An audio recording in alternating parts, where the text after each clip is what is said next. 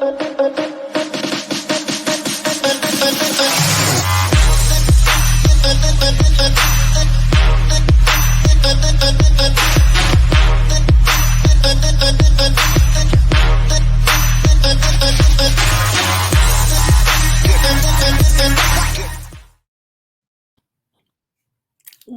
everybody. I'm Selena Rezvani, and you are joining Women and Work Culture. We are really all about finding ways to level the playing field and help women rise. Today, we are talking about how to take control of your own learning, right? How to level up your skills in a really smart, strategic way. And I am here today with a friend and really the number one expert I look to when it comes to learning, and that's Naphtali Bryant. Hi, Naphtali. Hey, Selena, thank you so much for having me. It's always good to see you. It's so good to see you. And a big welcome to our community who are joining us today. We're so happy to have you. Yeah, we've had such a wide reach lately from South Africa to Sarasota. Wow. It is really cool to see the kind of global reach of this community. Hey, send us your questions today for Naphtali around revving up your learning in 2021. We want to hear the questions on your mind. Let me butter your bread for a minute, Naphtali. I want people to know about you. Naphtali is Director of Learning and Organization Development at Netflix. Could you pick a cooler company to work for? He's also a really standout LinkedIn learning instructor, and that's how I first came to know him. He teaches creating a culture of learning and also a course called Tips for Learner Engagement. One of my favorite things about him is the way he instructs and teaches about teaching and learning, which is really appealing to people's head and heart. Super motivational to listen to you. Naphtali brings 15 plus years of experience in IT, entertainment, HR, and government. He believes with focus, fire, and faith, all things are possible. I love that. How's that for a dose of encouragement that we all need? Like, who's that person? I know, right? That's the good thing about hearing somebody else read your bio. So as we go, once again, send us your questions for Naphtali. We want to hear them. Welcome, Anissa, Michelle, and Manjula. We're happy to have you. So Naphtali, if you could start out, tell us a little bit about your story. What is it about people development that really bakes your cake? Yeah, it's interesting because the thing that started it all for me was I was actually sitting in a workshop early in my career taught by a presenter. I'm not going to name any names. And that presenter was not that great. They had their back to the audience, wasn't really caring about the experience of the folks in the room, and wasn't really helping us be engaged as learners. And I had a light bulb moment. And I said, I think I could do that. And I think I could do it even better than that person in the moment.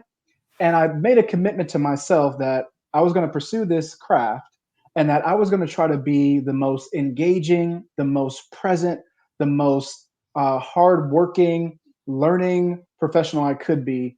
And that was about 10 to 12 years ago when that happened. And I've been on this trek ever since with that image in my mind of never being that person that didn't care about the experience of the learner, that didn't put in the time and the effort to live what I was trying to teach. And so that's what really sparked it for me, that story of that individual not giving the learners what they needed. So I never wanted to be that person. Yeah, I think we can all relate to that, either the contagious good feeling, right, of somebody being excited and passionate about something and that rubbing off, or the opposite, right, where it's really lacking. You know, I've heard this term more and more lately called learnability, that it's kind of a really important trait for employees who want to stand out, that they're open to learning and that they actively want to skill up in their field. My question for you is, what are you seeing with learnability, and how does that give people kind of an edge? Yeah, it's interesting because I always say that when you're growing, you're going to the places only learning can take you. And so if you're focused on that growth and development, it actually gives you a competitive advantage. You may not have gone to the top schools in the world. You Mm, may not even have had worked at some of the best companies in the world. But if you tap into your ability to grow, it will take you places that you never could have imagined. And I also think about the second piece is just what our brain does when it comes to learning, right? Like when we are learning and growing and getting better, we mm, get dopamine hits that make us feel good. We get, oxytocin that is released in our body. These chemicals are very similar to like feeling like being in love. It feels so good to our health and our well-being. And if you think about what's been happening with the pandemic and the stress and the social injustice, we need more learning. We mm. need more growth to help us get through this time, but also help us make a change in the world. That's so beautiful. And I think explains why I feel so good when I get to do the show. It is pure Absolutely. learning, right? It is pure, stretching your brain, hearing a new perspective like we're getting to hear yours today. What an awesome view. We have a question from Anissa asking, can you talk about and name some of the different types of learning we should be paying attention to? Just so we're not, maybe one person's thinking of it one way, you might be thinking of it of another. What Yeah. forms are on your mind? Yeah, so I think there's a couple. Cross-functional learning is really, really important. It's outside of your comfort zone, if you will. I'm a firm believer that life begins at the end of your comfort zone. So sometimes we get focused on, hey, this is the work I do, this is the role that I'm in, versus seeing the bigger picture and the connection points to your role that actually help you be better in that role for the company. So I think that's one that stands out to me. Another one is this online learning, right? So you think about tools like LinkedIn Learning that have courses that aren't things that you have to sit through all in one sitting, but you can get sound bites of learning, which I firmly believe in. Like sometimes we just need a sound bite. I don't need the Yeah. whole course sometimes. I just need the one, topic or framework that's going to help me lean into the moments that matter that are really driving change for me as an individual. So that's the second one. And then the third one I'll say is peer to peer. Like who in your network can you learn from? Like Mm, who are the people that you aspire to be like? And it could just be something as, hey, that person has really great presence. And I want to connect to what is the thing that's driving your ability to be so present in the moment. So those mm. are three that really stand out to me as opportunities for us to really pay attention to maximize our learning. That's awesome. And I love that you're not asking us to do like a monumental task, right? But instead, you're saying go smaller, think micro. And I would encourage, those listening and participating today, what's that little micro step you could take? Whether it is peer to peer, reaching out to somebody to learn from them who you admire, or maybe it's watching that one video from one LinkedIn learning course. Thank you for making that um, approachable, right? Doable for us.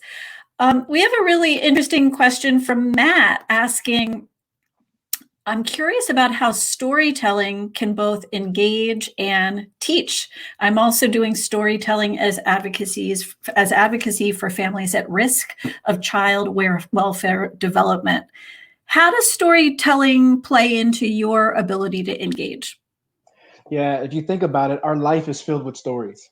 And you think about some of the things that give us the greatest joy, that challenge our thinking, that make us reflect, that give us insight. It's stories because our brains are wired to connect to the stories that we tell. So I definitely think storytelling can be a tool, and I would encourage you to find your stories. Something that I've done recently over the past several years is I'm intentionally looking for the stories that teach, and I'm Mm. jotting those down in my iPhone. It's funny, my wife, laughs at me because she'll find me kind of jotting down notes on my iPhone randomly, 1 in the morning, lunchtime, and she knows that it's this inspiration that's being sparked. But I'm capturing the stories of my life because I think when we teach through story, we allow people to find their own story. that ultimately allows them to change the behavior that they want to change or make the move that they've been wanting to make. And so I firmly believe in, you got to be intentional about it though. Where can you find those stories? What do they look like? And where do you see yourself in them? But also telling stories of others as well. So for yourself, where you see yourself in them, but also the stories of others. So love that question, Matt. I love it too. And I think, I don't know if you've noticed this, Naphtali, but one thing I notice is lots of people aren't walking around with an anecdote that happened thinking, this is a great story, right? Yeah. They're just not. And so I think part of it is realizing you probably have more stories than you realize. Yes. Don't disqualify them as not special enough, right? Or not important enough. I love it. Matt's making the point. Stories help us unlearn. And Valerine, I think stories help us to connect with others due to our shared experiences. Yes, And 100%. can I add to that, Selena? You said something that was so profound, like, don't discount your story. I want to just encourage your audience right now. Do not discount your story. Your story speaks. Tell it. People need to hear it. Right. And sometimes it's a tiny thing, right? Part of what's powerful about stories is we relate.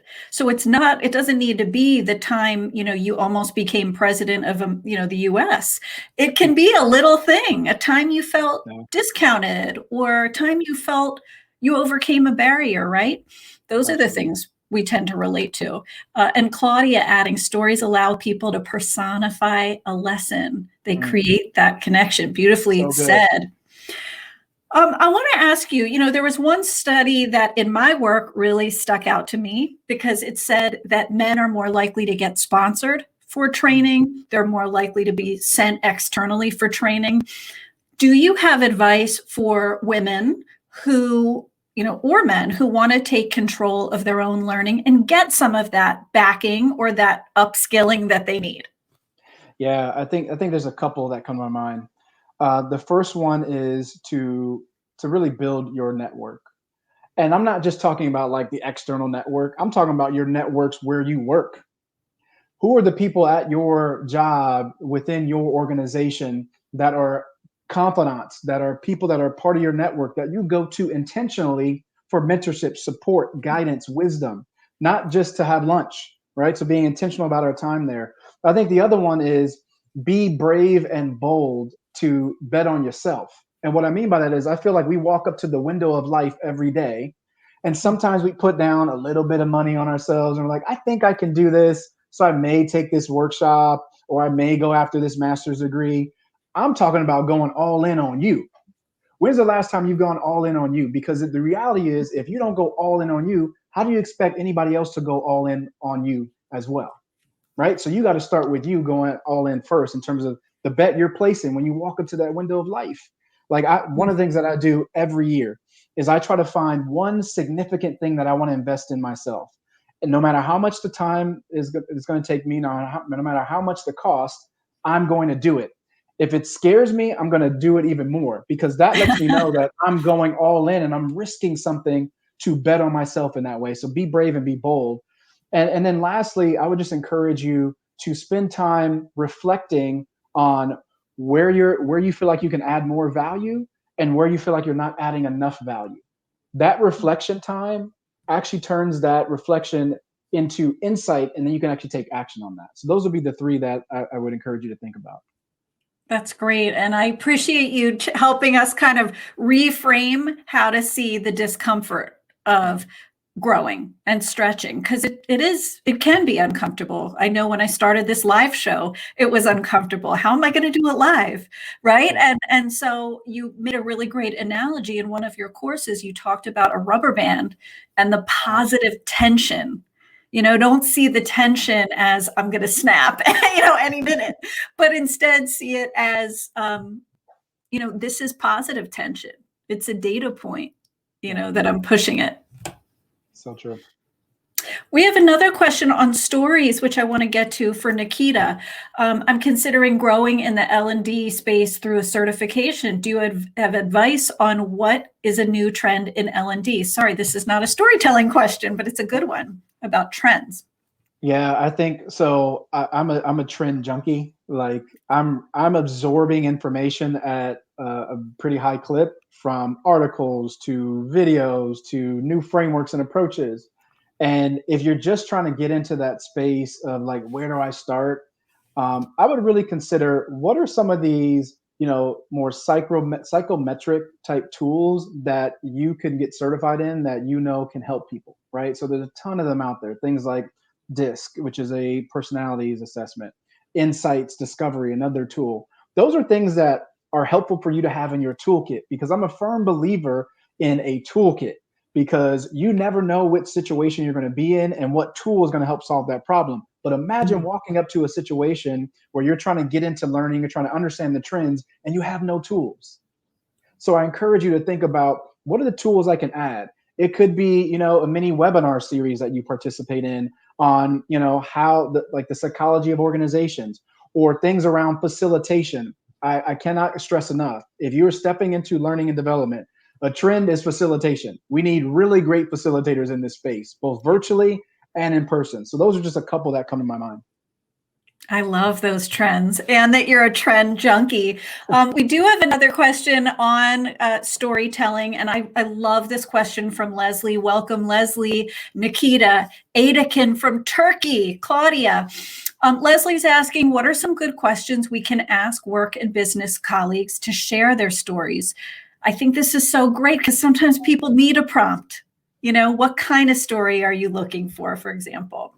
I think the first thing I would say is that people are interested in people who are interested in them. So when you actually approach your colleagues, really be interested in their story. Don't just ask them about their story just for the sake of asking. And a question you can ask is, you know what, I'm really curious to learn more about you. I would love to know, what's the story of you? Things that really excite you about your life, like how you have come to be where you're at. What's the story of you? I always ask this question when I'm connecting with colleagues. Another question that could be useful is, what are some of the things about you that you haven't shared that you think might be useful for me to know and understand about who you are, and the person that you're showing up as on a day-to-day basis. So those are just a couple. And then the other thing I would offer in terms of a question is, what are the things that you aspire to be, or the things what were you dreaming about as a kid, that you were focused on becoming one day, right? So you start to just get into people's dreams and aspirations, and hopefully they start to open up and tell you their story. Love it. We can always tell when somebody's genuinely interested, right, in the story versus just, I don't know, checking a box or ready to leave the room. We can feel that. I want to shift a little bit, Naphtali, and ask you about something that's been written about quite a bit, which is stretch assignments, right? Wow. This is when, for anyone who hasn't heard that term lately, it's kind of temporarily going on assignment, solving a business issue or working on a project in another part of the business. Usually that's a little more foreign to you. One study found from executives who were interviewed, it was the number one learning opportunity. Wow. They said made a difference. Another Korn Ferry study showed it is the best learning kind of experience above and beyond classroom training or 360s.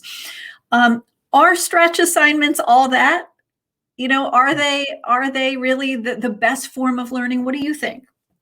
I think they're very useful. I think sometimes we over romanticize stretch assignments, in my opinion, where we're looking for these big, extraordinary moments of breakthrough, of like, oh, I was on this big, major cross-functional project, and I got stretched so much, it like grew and changed my life.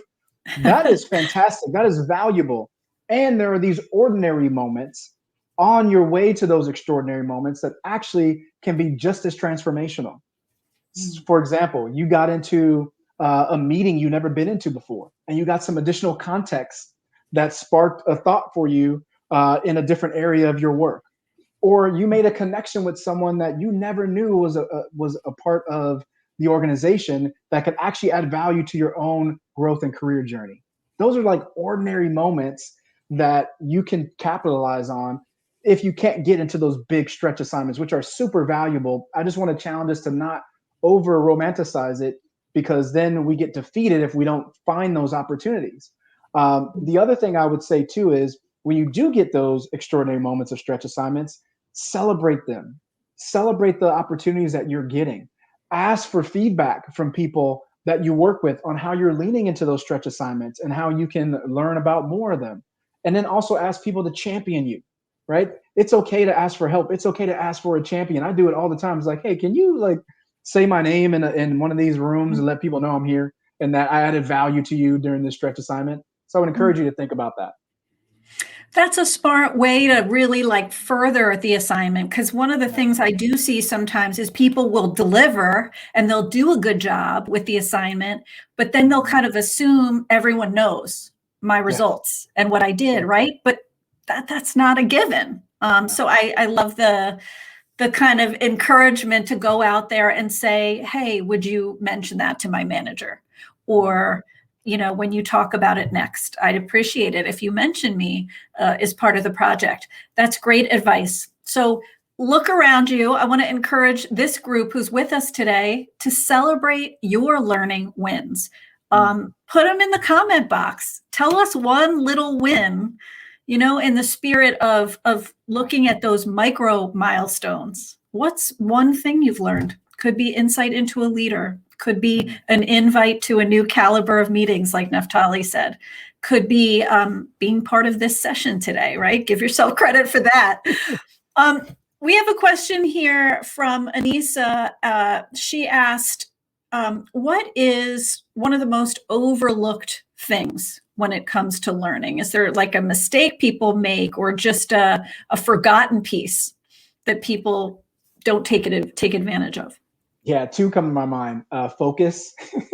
In the vast sea of things that you can learn, there's so much, and you can get lost trying to learn the next best thing, right? And you're just chasing your tail rather than being focused on, you know what, I'm doubling down on me in this area. For example, I know for myself, I love facilitation. I love inspiring and motivating people, and I'm all in on that. So I'm reading books related to that. I'm taking workshops related to that. I'm connecting with mentors related to that. Now, there's a myriad of other things that I can learn, but that's not going to move me in the direction of where I want to go. It's just going to be nice to have. But if I stay in that space of those things, it's going to supercharge me to a whole nother level. And then the second thing I would say is energy management, right?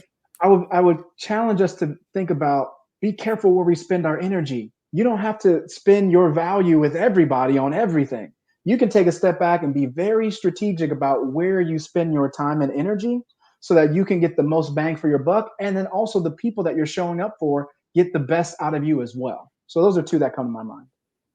Yeah, that reminds me of the B word, which is boundaries, right? Because if you're going to manage your energy, you do have to put up some boundaries, right? Around what's mission critical and, like you were saying, what's kind of just nice to have learning versus where you really want to go deep. You talk about the words lifelong learner. What do you mean by that? You know, so many of us get caught up in the right now. Yeah, I think the way I like to look at lifelong learner is intentionally learning into every moment. What am I doing on a day-to-day basis to not miss my learning opportunities? Because they are happening every single moment of every single day. And we can miss them if we're so caught up and mired in the detail, in the weeds of all the challenges and the problems and the puzzles we're trying to solve versus like, what am I learning today? Where can I learn something today?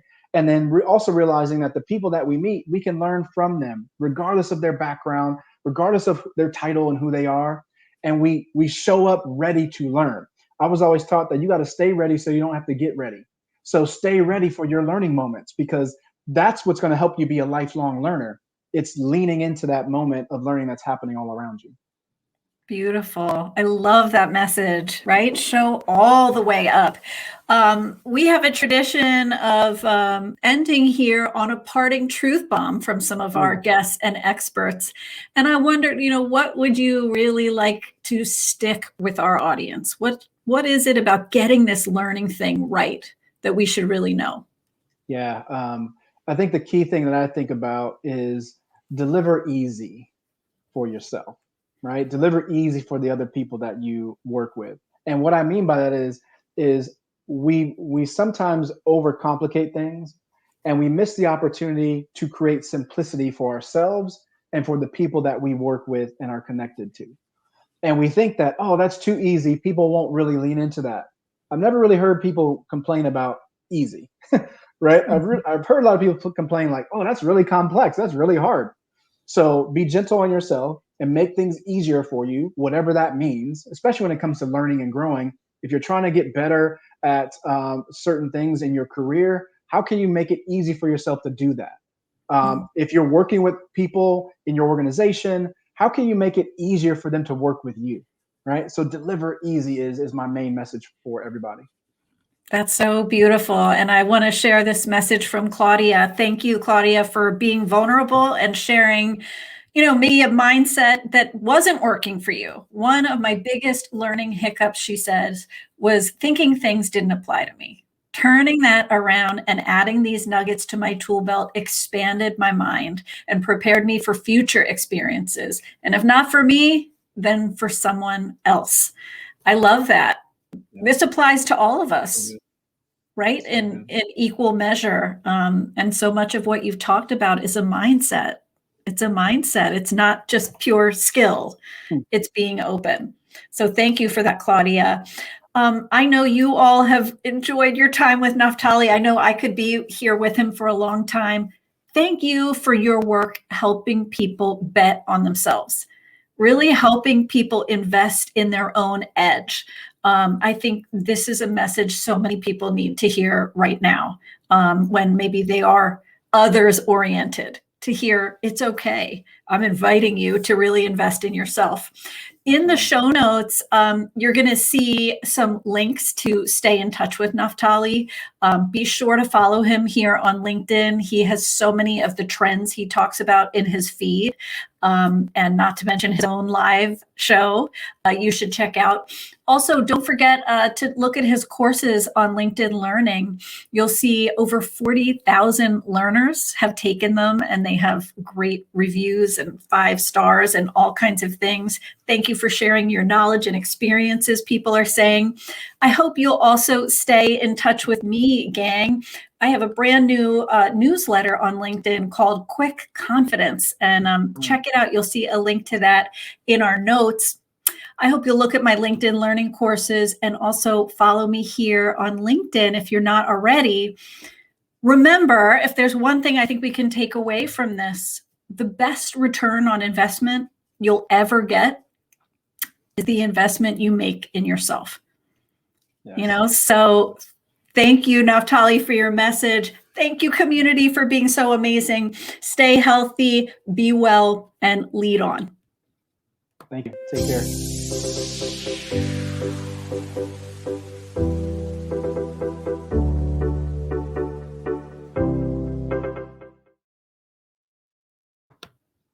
Cool.